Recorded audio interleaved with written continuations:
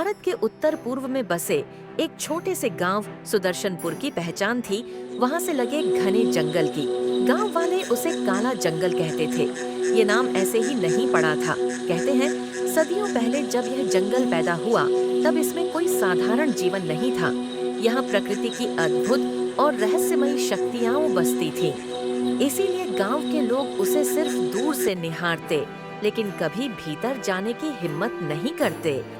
गांव में एक युवक रहता था, आदित्य। वह जिज्ञासु और साहसी था। बचपन से ही उसकी दादी उसे जंगल की कहानियां सुनाती थीं। दादी अक्सर कहती, बेटा, उस जंगल में ऐसी शक्तियां हैं जिन्हें इंसान समझ नहीं सकता। वहां कदम रखने वाले कभी वापस नहीं आते। लेकिन आदित्य के मन में हमेशा सवाल उठता, अगर वहाँ सचमुच कोई रहस्य है तो क्यों ना उसे खोजा जाए, शायद वह इंसानों के काम आ सके। उसका दोस्त राजू हमेशा डर जाता। अरे पगला मत बन, ये सब सिर्फ कहानियां नहीं, सच्चाई है। गांव के कितने लोग गायब हो गए, क्या तू भूल गया? लेकिन आदित्य की आंखों में चमक थी। वह हमेशा कहता, डर ही सबसे बड़ा बंधन है राजू।